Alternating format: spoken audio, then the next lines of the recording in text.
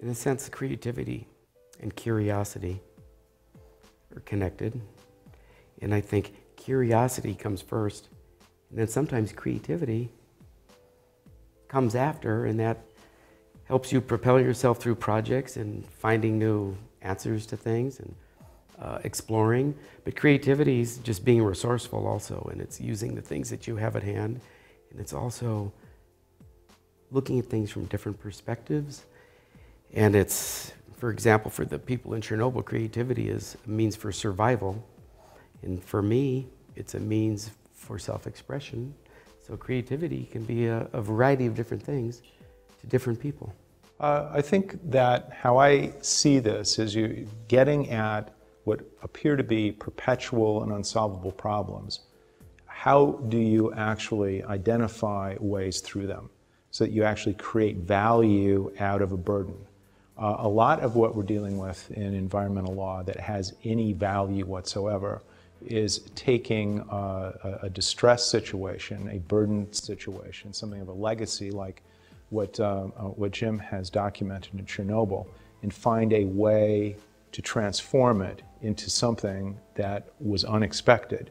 So it's a creativity in the sense of you discover value within a whole complex of issues that seem to be nothing but a burden, a dead end, or a sacrifice zone. So we're moved toward taking a range of tools to understand what this burden actually is and take it apart to identify where the way forward in creating value, quality of life, and hopeful future.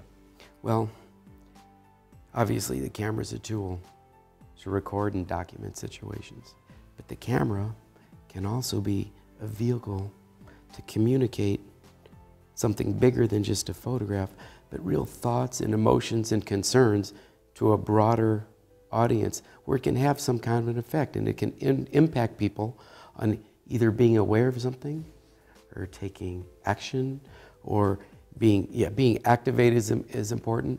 But in a project like Chernobyl, a camera is used for a lot of different things. I mean, it's used as a device to communicate ideas for advertising and concepts and things such as this, but it can also be a tool to activate and to educate and to expose people to things that they would never have an opportunity to see, including myself. What Jim has done going to Chernobyl is bringing what is most important in terms of recognition of real people and real values and real community, and communicating that to a broader community. It is not a passive gazing or contemplation. It is an act of transformation. What he looks at is not simply an aesthetic. It is, here are real lives in real situations, and how do I connect this with a broader world?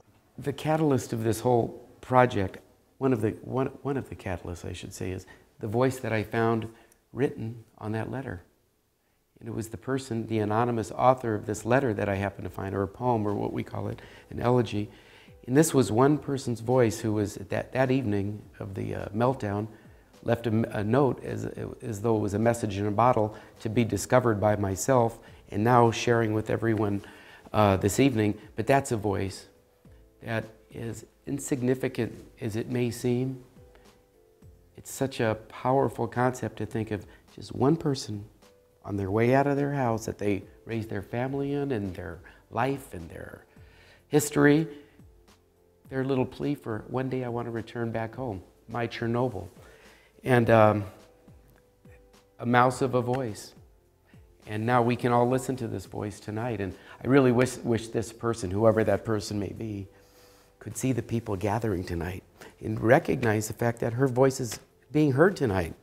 I'd say there are a couple of ways of getting at that in terms of incorporating many voices. I think one of the things that is a lesson in the Chernobyl disaster is a deliberate, organized attempt by a government to keep voices out. A total and complete disregard of real people, their voices and their concerns. a disconcern about informing them, lying to them, telling them a range of situations were safe, which promoted cascades of further damage. So there's a way in which disconnecting people with language and allowing them to suffer and not have a voice is part of the story here.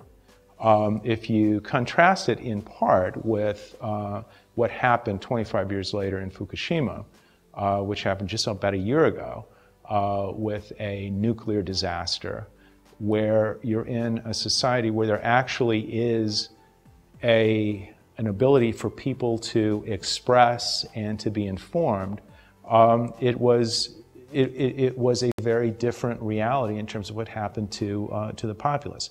They have a voice and they can participate. I think part of what this project on Chernobyl does is it shows what this legacy is, what the real problems are, the fact it's not just a point in time, it reaches into our present, reaches into the reality we live in, and makes us rethink about what are we doing in terms of the economy and the energy that we need to drive the economy, and what a real economy actually is, and not just a bottom line for a series of companies. It has to do with the bottom line of human value and human voices in human society.